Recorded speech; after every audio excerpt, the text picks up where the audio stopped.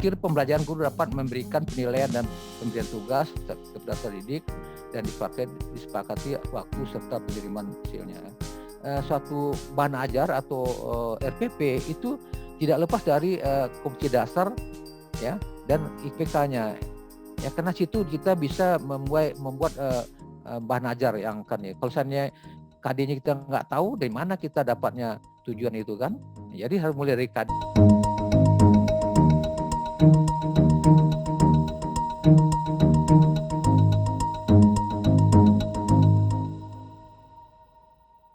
Baik, selanjutnya untuk narasumber yang kedua, Bapak Dr. Andes Adiputra, MPD, dipersilakan Pak.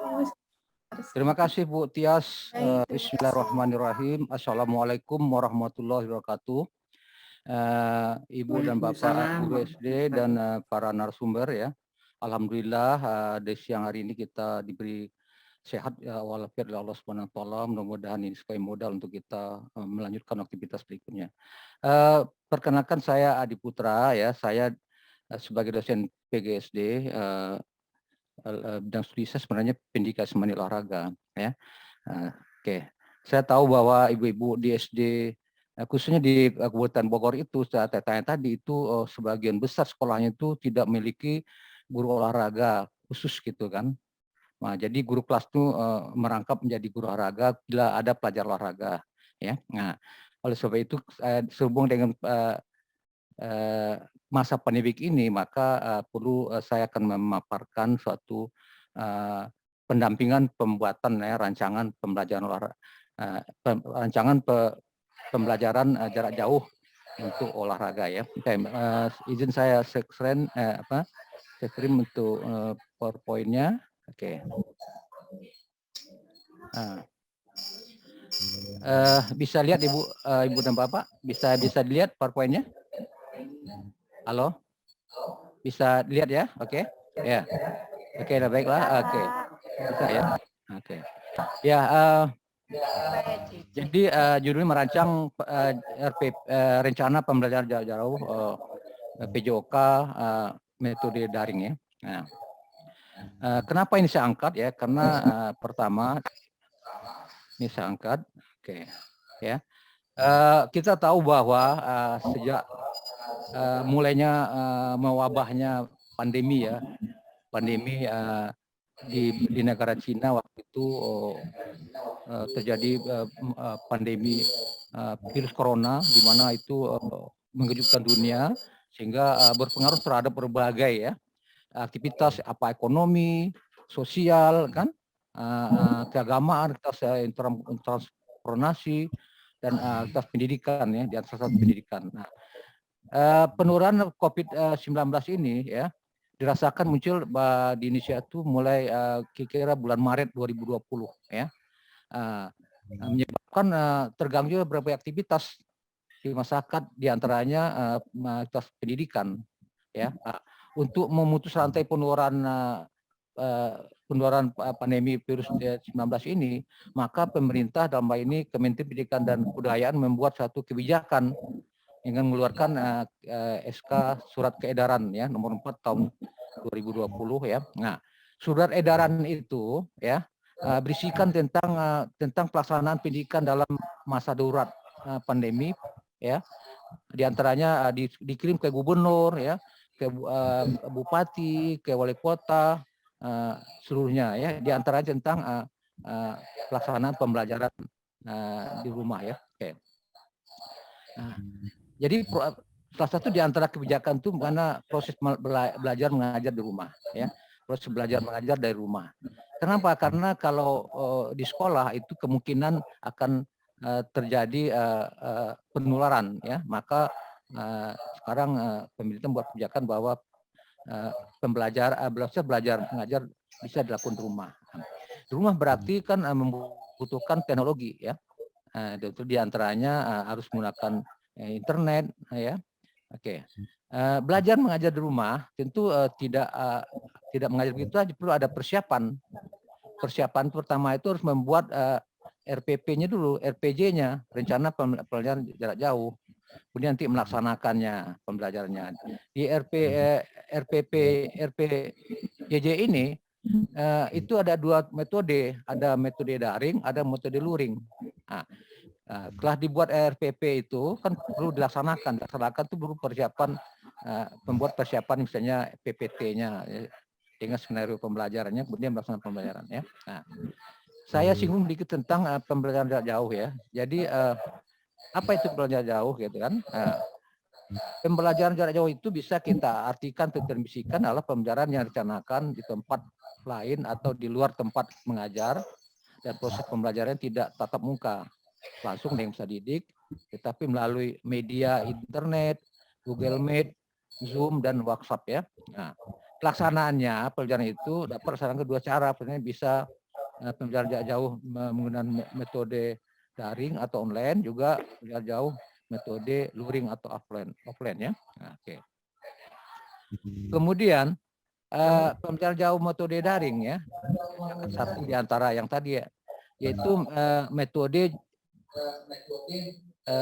pelajaran jarak jauh metode daring adalah pembelajaran yang dilaksanakan di tempat lain atau di luar tempat mengajar yang menggunakan model pembelajaran interaktif berbasis internet dan learning management system atau LMS secara virtual antar pendidik dengan peserta didik. Untuk melaksanakan metode daring pendidik dan peserta didik harus mampu menggunakan gawai atau gadget, laptop, komputer maupun perangkat pelajaran daring lainnya. Kita tahu bahwa mungkin di daerah itu tidak semuanya murid bisa menggunakan perangkat ini, ya. Mungkin ada terbatas, oleh sebab itu guru harus bisa ada kreativitas supaya bisa terjangkau ya, mungkin dengan mengumpulkan di satu tempat, ada satu alat yang bisa digunakan ramai kan, berapa orang gitu kan. Kalau yang udah punya satu-satu ya mungkin bisa di rumah masing-masing ya. Nah, tahap-tahapan dalam pembelajaran jarak jauh metode daring ini ya, pertama saya lihat beberapa model yang dikembangkan itu ya. Itu ada yang satu lembar katanya, ada dengan beberapa aspek aja yang dikembangkan ya. Menurut saya ini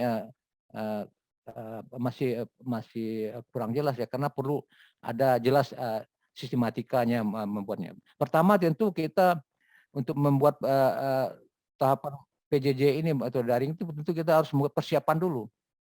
Nah, persiapan itu tentu guru harus menganalisis dulu KI dan KD-nya dan merumuskan indikator pencapaian kompetensinya. Kenapa? Karena sumber dari materi kita kan dari kurikulum. Itu kita menggunakan kurikulum 2013 ya kan, ya.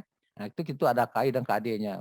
Dari KD itu baik KI 1, 2, dan 3, dan 4 itu kan. Nah, nanti misalnya untuk KI 3-nya pengetahuan itu bisa kita rumuskan IPK-nya, untuk KI 4 psikomotor keterampilan bisa rumuskan IPK-nya ya. Nah, kemudian guru menyusun RPG rencana pembelajaran jarak jauh dan program penilaiannya.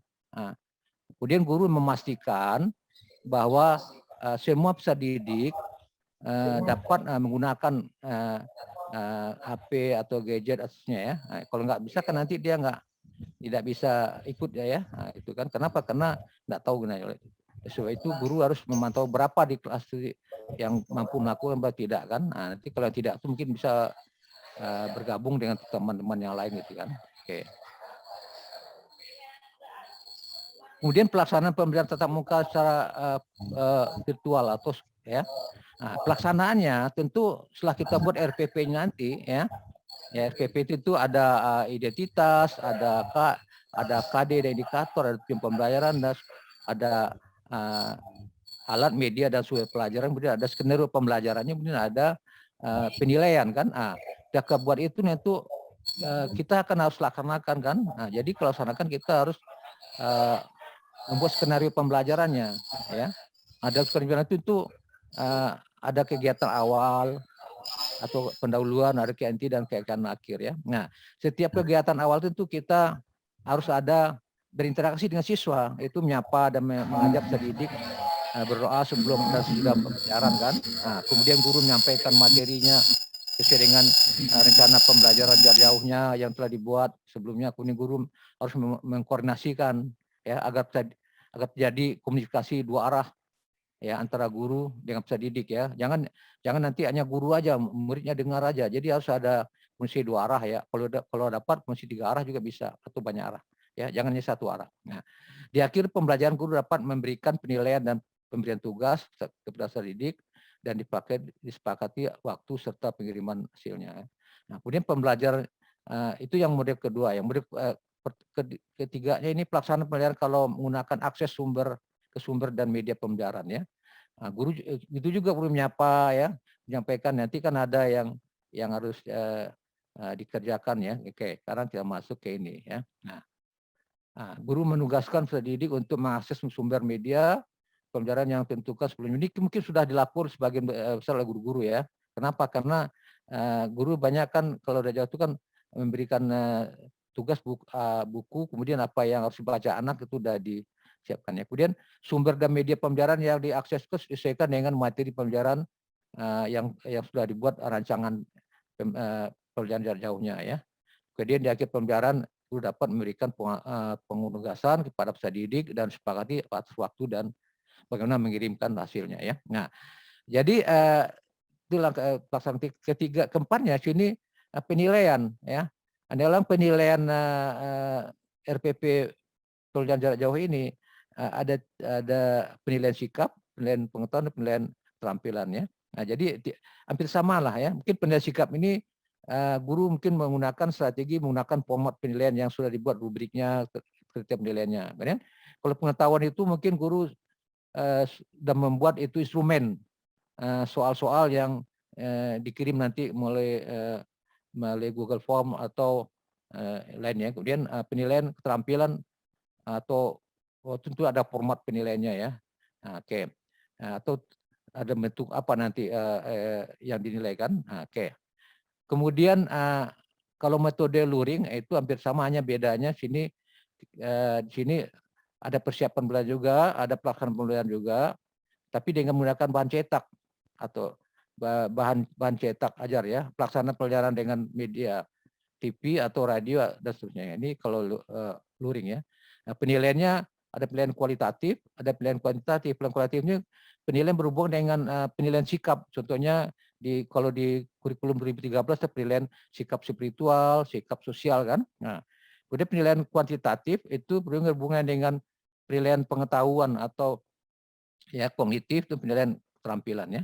Nah, ini bisa dibuat instrumennya soalnya. Nah, sekarang saya akan mencontohkan salah satu komponen-komponen RPJJ metode daring ya.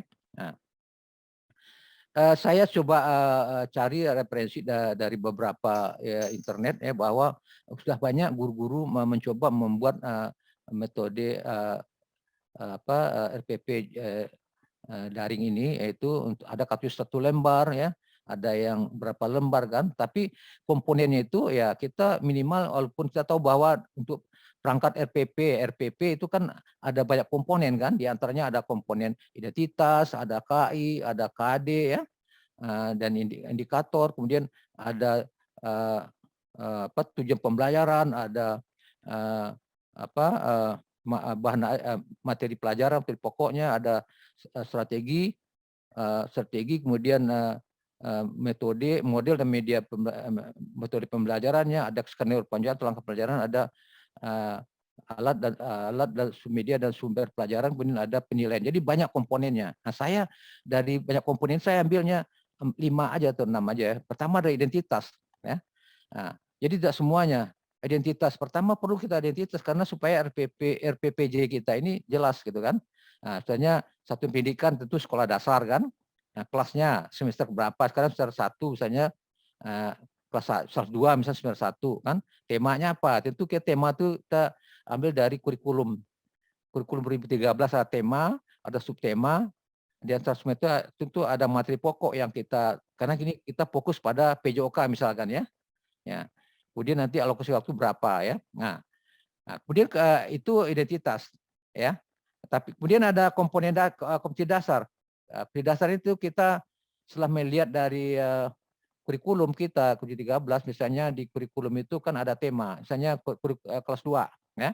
Kelas 2 tentu kelas 2 misalnya ada tema 1. Nah, tema 1 itu kan ada 4 subtema ya. Satu tema itu kan diberikan dalam 1 minggu.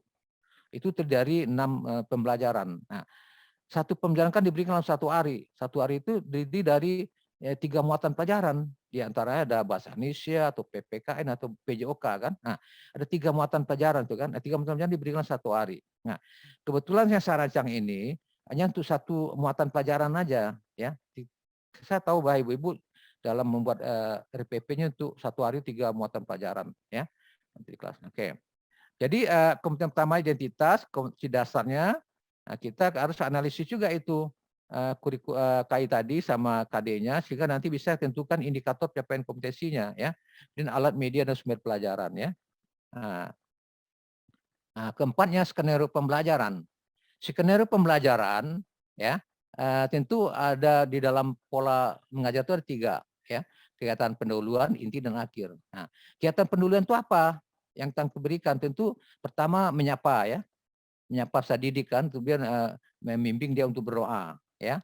Kemudian kalau ada paginya, kalau misalnya pelajaran pagi biasanya ada penguatan pendidikan karakter, misalnya menyanyikan lagu Indonesia Raya kan. Nah, kemudian ada nyampe persepsi ya. Nah, kemudian nanti setelah itu ada motivasi, ada mencapai tujuan pembelajaran ya. Nah, tapi di olahraga ini karena olahraga itu kan agak berbeda nih pelajaran yang lainnya karena karakteristiknya dia gerak ya, bergerak di pelajaran gerak ya. Nah, jadi bergerak maka mereka dalam kegiatan pendahuluan itu juga ada kegiatan pemanasan ya. Pemanasan itu tujuannya apa? Pemanasan ya. Nah, supaya menyiapkan supaya menyiapkan fisik anak siap untuk gerakan. Nah, kemudian setelah itu baru kegiatan intinya apa materi pokok yang akan kita berikan nanti ya. Nah, itu bisa memanfaatkan media-media internet yang sudah kita siapkan itu anak bisa meniru ya. Kemudian mengamati meniru, kemudian mengapai meniru kan, kemudian kenapa? Karena dia dilakukan di rumah gitu kan. Kalau atau guru langsung memberi supaya model gitu kan. Ya. Kemudian nanti kegiatan penutup itu biasanya ada kegiatan pendingin dalam bentuk misalnya menyimpulkan materi pelajaran, kemudian melaksanakan evaluasi, kemudian tidak lanjut dan menutup dengan berdoa ya. Nah, ini tiga kegiatan pola ini tuh skenario pembelajaran ya. Nah, penilaiannya tadi kan penilaian itu kan ada penilaian kualitatif, itu penilaian sikap spiritual atau sikap sosial ya. Kalau kuantitatif tuh pengetahuan dan keterampilan ya. Nah, jadi ini bisa dibuat nanti formatnya sesuai dengan kondisi sekolah tempatnya ya. Nah, oke, sekarang saya akan coba ini itu adalah komponen-komponen tadi, ada 5 komponen tadi ya. Nah, nanti ini bisa dituangkan untuk RPP-nya. Sekarang saya coba lanjut lagi ke analisis dulu sedikit, analisis kurikulum ya. Nah, saya ambil salah satu contohnya kelas 2 ya. Nah, tentu Ibu tahu kelas 2 itu masih pelajaran tematik kan. Nah, tentu apa sih materi yang di kelas 2 itu untuk PJOK itu kan, PJOK kan. Saya tahu Ibu juga di samping guru kelas juga pada saat jamnya olahraga, mau kan harus ikut ke lapangan juga, memimpin anak juga olahraga misalnya kalau dalam keadaan normal loh, tapi kalau luring kan tidak normal kan kita di rumah gitu kan. Nah, tapi sebagian ada guru-guru yang ya saya pantau gitu kan tidak menjalankan sebagai mana mestinya, tapi mengiring tugas-tugas ya. Nah, ini kurang tepat menurut saya. Kenapa? Karena tidak memotivasi juga. Ya namanya anak, kalau soalnya anak olahraga itu bagian dari kebutuhan hidup anak. Kenapa dia suka bergerak? Tapi karena ada pembatasan ini, anak tuh tidak bisa termotivasi lebih. Oleh sebab itu, gimana guru menyiapkan materi supaya anak termotivasi gitu kan di rumah melakukan gerak. Nah, sekarang sebelum kita masuk ke contoh penerapannya, ini kita singgung dulu tentang analisis kurikulum ya. Nah, KI dan KD ya, kurikulum 2013. Ini kebetulan contohnya kelas 2. Nah, mungkin diantaranya Ibu ada yang ngajar kelas 2 barangkali ya. Nah, kelas 2 itu ya, tentu ada di semester 1 itu ada 4 tema ya, 4 tema. Di antaranya tema 1 ya. Tema 1 kan judulnya hidup rukun. Hidup rukun ya. Nah, hidup rukun ini tema 1 itu dari 4 subtema ya. Nah, subtema 1 misalnya hidup rukun di tempat bermain, ya. Subtema 2 hidup rukun di rumah. Subtema 3 hidup rukun di sekolah. Nah, subtema 4 hidup rukun di masyarakat. Ada 4 subtema. Nah, dalam satu subtema itu biasanya kan diberikan lamanya 1 minggu atau 6 hari ya. Jadi satu subtema itu terdiri dari 6 pembelajaran, ya. 6 pembelajaran, ya. Nah, pembelajaran 1, 2, 3, 4, 5, dan 6 ya. Nah, ya. Di antara 6 pembelajaran itu, ya, itu satu pembelajaran itu terdiri dari 3 muatan pelajaran, ya. Ada 3 muatan pelajaran, ada 2 atau 3 ya. Nah, kemudian di antaranya muatan PJOK itu terdapat pada pembelajaran misalnya ketiga, terdapat pelajaran kedua, ya, pelajaran kedua, ya, pelajaran kedua itu dan kelima PJOK, ya. Nah, itu ada PJOK. Nah, juga di subtema 2 juga ada gitu juga ya. Rata-rata saya lihat saya analisis itu terdapat muatan PJOK itu pada pelajaran kedua dan kelima ya dalam 1 minggu itu satu tema itu ya. Oke. Misalnya kita ambil misalnya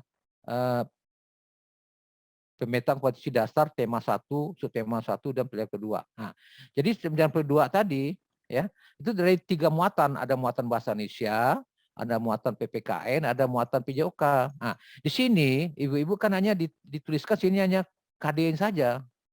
Ya, KD-nya untuk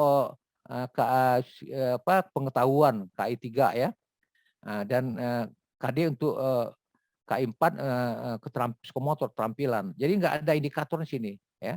Oleh sebab itu ibu harus bisa merumuskan indikator pencapaian kompetensinya setiap KD ini kan.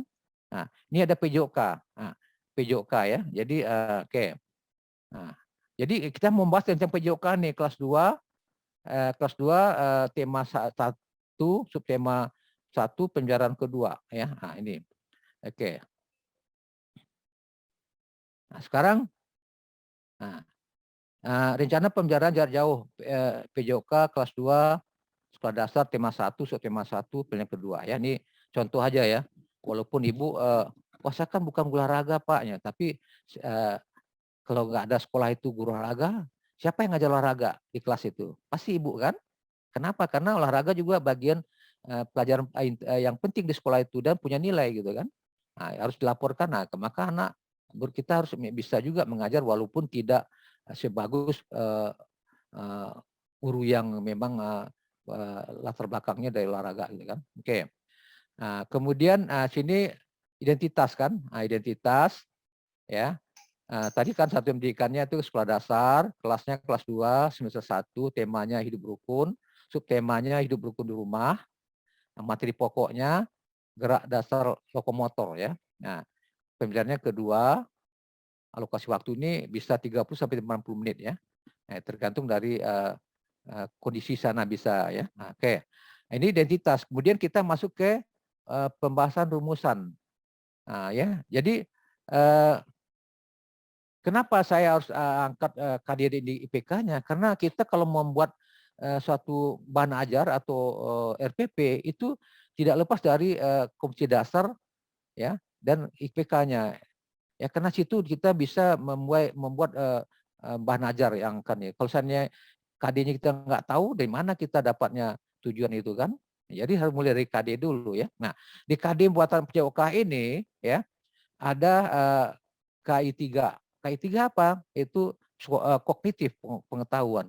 Nah, di dalam KD dasarnya KI 3 itu ini dengan 3.1 ini memahami variasi gerak dasar lokomotor sesuai dengan konsep tubuh, ruang, usaha dan keterhubungan dengan berbagai bentuk permainan sederhana dan atau tradisional. Nah, ini kan baru sifatnya masih umum, Bu, ya. Nah, jadi gimana supaya kita bisa merumuskan cara kecil gitu kan dalam bentuk indikator. Nah, kita tahu bahwa dalam merumuskan indikator tentu kita tidak lepas dari berpedoman pada taksonomi Bloom gitu kan.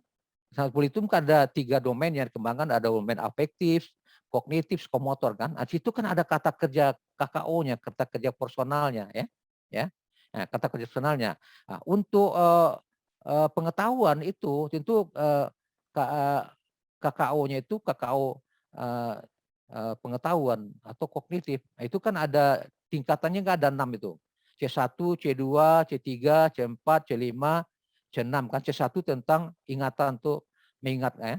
C2 itu pemahaman, C3 itu tentang penerapan, C4 itu analisis, C5 evaluasi, C6 itu cipta, kreasi ya. Nah, jadi pertama apa yang kita ingin dulu nih? Oh, pertama menjelaskan pengertian gerak dasar lokomotor. Anak kan nggak tahu apa gerak lokomotor itu kan.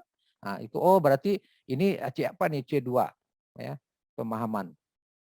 Nah, kemudian menjelaskan konsep gerak berjalan yang benar. Kenapa? Karena untuk Anda kan nggak tahu konsep jalan benar tuh yang berkonsep gimana apa nggak tahu. Jadi kan harus ada informasi yang diberikan pada anak supaya dia tahu, oh yang jalan benar itu begini kan konsepnya kan. Nah, kemudian dari itu anak bisa ini termasuk C2 juga mengidentifikasi jenis gerak berjalan berjalan ya. Nah, gerak berjalan ini kan. Jadi oh ini kan C4 dia kemudian mengidentifikasi. Jadi dari apa yang oh rupanya jalan itu bukannya jalan ke depan saja, mundur bisa juga jalan, samping juga bisa jalan, kemudian ke kiri juga jalan atau jalan melalui rel itu juga. Jadi anak itu mampu mengantisipasi gerak jalan ya, gitu kan. Nah, nanti kemudian di samping itu dia juga buat dalam bentuk fantasi, misalnya mengidentifikasi jenis gerak dasar lokomotor jalan pada hewan ya. Nanti anak-anak itu bisa diberikan fantasi, anak-anak kamu kan punya pernah melihat beberapa hewan ya. Di antara itu kan mereka tuh punya gerak jalan berbeda-beda yang misalnya jalan kucing ya, jalan kuda misalnya kan, jalan bebek atau jalan itik dan seterusnya kan. Nah, itu dia diajak fantasi nanti ya. Nah, dengan bisa menirukan juga. Nah, kemudian dikira oh kita hanya cukup 4 aja yang kita inginkan setelah anak itu KD-nya ini kan. Nah, ini ya tergantung lah.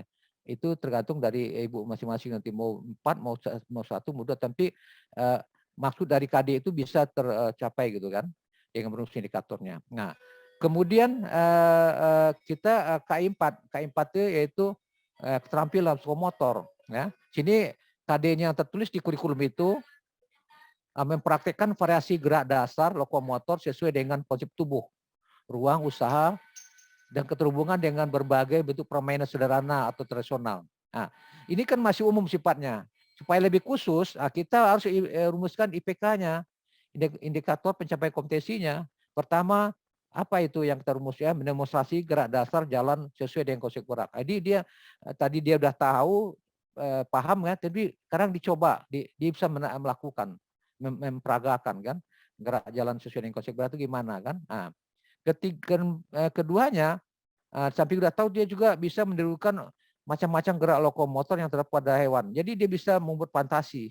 Oh kalau jalan kucing begini, kalau jalan kuda gini, kalau lompat katak gini, kemudian jalan ini kan dia. Jadi coba difantasikan dengan permainan nanti ya. Nah, kemudian juga bisa mendemonstrasikan permainan-permainan yang kata permain sebutan ya untuk melatih ke pendengaran dia, reaksi dia kan. Tapi karena ini masa pandemik, mungkin dia tidak bisa di rumah di sekolah sama-sama teman kan di rumah. Tapi kita bisa juga merencanakan mendesain permainan seperti itu. Tapi kita pemandukan dari di secara virtual ya. Nah, oke. Itu tentang perumusan KD dan indikatornya. Setelah itu harus Baik, kita mohon rumuskan maaf juga. Pak Adi untuk Ya, bisa lebih dipercepat karena waktu kita terbatas. Baik, terima kasih. oke. Ini ya, oke. Ini tujuan pembelajaran. Dari tadi ada tujuh indikator kan. Nah, kita rumus tujuan pembelajaran jadi 7 juga kan. Nah, kemudian nanti kita masuk kepada alat dan sumber kan. Alatnya yang gunakan misalnya WhatsApp, grup, ya itu udah punya. Kemudian Google Form atau Google Classroom ya, laptop ya. Nah, kemudian alat media kan. Kemudian media dan alatnya video atau slide pembelajaran gambar ya. Nah, sumbernya itu bisa buku guru kelas 2 tematik ya. Nah, kemudian buku siswa, juga link-link internet ya. Internet misalnya nanti ada YouTube ya kita gunakan untuk kita bisa anak itu bisa melihat dan menirukan nanti ya. Nah, contoh misalnya gini. Nah, ini kebutuhan skenario pembelajaran ya. Dan pelajaran itu kalau kita buka nanti anak nanti kan menyapa, kemudian apa? Sekarang kemudian menyanyi lagu Indonesia Raya kan. Nah, kemudian ada ini menyampaikan tujuan pembelajaran, kemudian membimbing siswa melakukan pemanasan. Jadi pemanasan ini kita supaya kita bisa ini kan ada YouTube-nya nih ya. Ada YouTube-nya bisa kita itu kita klik sini copy ini misalkan ya. Copy ini kemudian maaf sedikit ya saya coba dikit ya. Nah, nanti copy ini kemudian nanti ada copy kita buka itu WhatsApp kita misalkan ya. WhatsApp misalnya buka internet ya. Ya, oke. Ya, buka internet kemudian kita masukkan ke sini. Tadi itu yang kita masukkan paste ya. Nah, nanti kita klik ini. Nanti kan kelihatanlah ini video lagi pemanasan dengan senam gitu kan. Nah, bisa nanti sedikit ya. Ini contohnya ya, bisa ini. Nah, ini bisa kita ambil. Nah, ya. Nah, ini anak-anak bisa menirukan gitu kan. Untuk pemanasan dulu. Nah, dia gerakan lokomotor. Nah, tapi pindah. Itu gerakan non lokomotor kalau yang di tempat. Nah, oke. Ini nanti samatin sini dulu. Oke, anak-anak untuk pemanasan.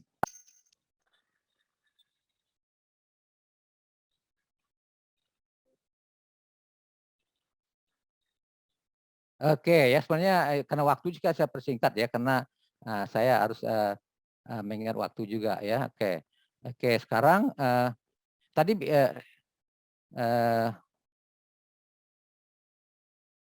masuk lagi ya.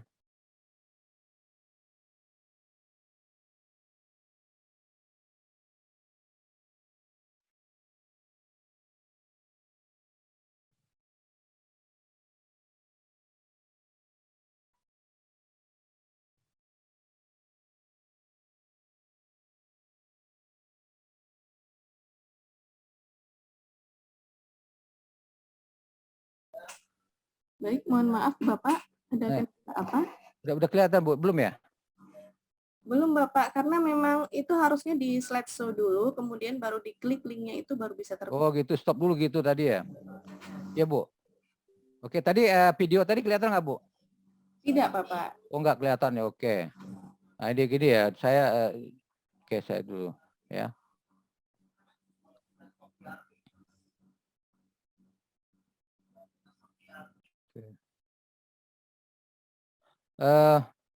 Ibu Bapak ya, oke saya lihat deh ya, oke.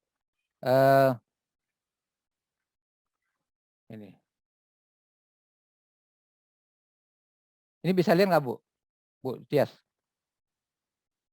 Halo Bu Tias? Ya Pak, terlihat. Oke, lihat ya, oke. Tadi kan skenarionya pemanasan. Memang kalau kalau menampilkan video ini gimana sih? Oke, sekarang ke pemanasan ya. Kita masuk ke inti. Mungkin langsung buka YouTube-nya saja Pak, dibuka dulu, kemudian Bapak tutup share screen-nya, baru dibuka lagi buka YouTube-nya. Ya. Buka YouTube, kemudian nanti yang ini ditutup dulu. Boleh saya bantu Bapak? Ya itu kan udah saya kirim tuh Bu, tolong Bu. Iya, sekarang videonya. Pak, mohon untuk tutup screen dulu Pak, biar saya. Oh, tutup screen dulu ya, oke sip ya. Oke. Ya, stop share ya. Ya, oke. Ya, tadi jadi skenario-nya mulai dari kegiatan menyapa, kemudian kalau seandainya pertama itu kan ada literasi PPK ya, penguatan pendidikan karakter, misalnya Indonesia Raya, kemudian nanti ada persepsi ya, kemudian motivasi dan pemanasan. Pemanasan contohnya tadi ya kita kalau kita ambil aja salah satu di antaranya di YouTube itu ada linknya gitu kan. Butias bisa bantu peragakan senam itunya ya untuk pemanasan ya. Nah, pemanasan itu masuk kegiatan inti ya. Nah, kegiatan inti Ibu bisa nanti lihat situ kegiatan intinya. Itu apa pertama? Itu anak-anak menonton video pembelajaran ya. Oke, lihat sini sebentar. Hari ini semoga ini anak-anak memperhatikan gurunya ya. Selalu ceria dan semangat. Ini anak-anak mengamati video pembelajaran. Tentang gerak dasar Lokomotor. Menirukan gerakan binatang. Tujuan pembelajaran hari ini adalah anak-anakku kelas 2 bisa mengerti apa itu gerak dasar lokomotor. Saya percepat dulu ya. Cepat ya, nggak apa-apa, cepat Bu. Lakukan pembelajaran PJK hari ini. Nah, ini gerakan menirukan berbagai gerak jalan ya.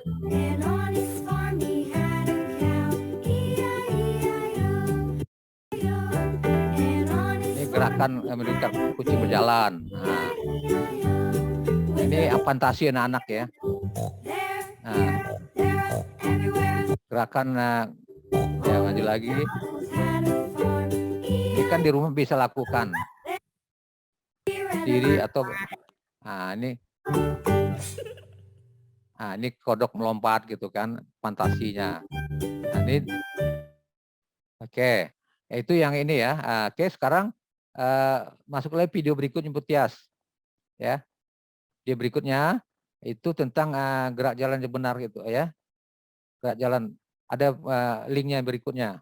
Oke, jadi kalau kita misalnya tidak bisa cari model, kita bisa memanfaatkan teknologi, itu namanya TPEG teknologi pedagogi ya. Kita bisa memanfaatkan teknologi tadi, bisa cari di internet untuk bisa sebagai model dalam media dan pembelajaran kita ya. Nah, oke. Nah, kemudian nanti anak-anak bisa mengikuti rumah gitu kan, rumah ya. Halo Bu Tias, bisa yang kedua Bu Tias, video keduanya, link video keduanya Bu Tias. Mungkin nanti bisa dikirim ke peserta Bapak, jadi peserta bisa ini Bapak Ibu di sini bisa melihat. Iya emang kirim, ke dia, oke. Di sini karena waktunya sekarang memang sudah terbatas ya. Oke, lanjutnya deh.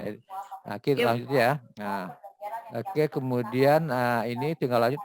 Jadi sini semua direncanakan sini, kita buat linknya ya. Nah, penutupnya. Nah, jadi karena sini kita menggunakan pendekatan saintifik, bisa mengamati, bisa bertanya, bisa mengumpulkan informasi, itu berlatih ya. Kemudian menalar itu dengan mendiskusikan, kemudian mengkomunikasikan itu terakhirnya ya. Nah, kemudian di sini penutup itu ya diantaranya pendinginan itu bisa dalam bentuk menyimpulkan materi yang sudah diajarkan tadinya, kemudian melaksanakan penilaian dengan mengirim soal-soal yang sudah dibuat ke Google, ke grup WA grup dan atau Google Form ya. Kemudian melaksanakan tindak lanjutnya, misalnya memberi tugas ya. Kemudian artinya pelajaran itu dengan guru bimbing serta untuk doa ya. Nah, itu tentang skenario. Penilaiannya, Baik, mohon maaf Bapak, mohon maaf sekali Pak.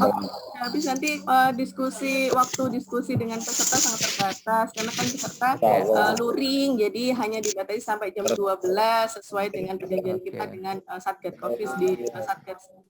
Oh ya. Jadi satu guru berapa? 40 menit? Belum sampai 4 menit kan? Satu Sudah narasumber. Bapak, sudah lewat. Sudah lewat. Oke deh kalau gitu. Bapak Ibu sekalian ya. Jadi karena mengingat waktu juga, maka paparan secara lengkap itu tidak bisa saya berikan ya.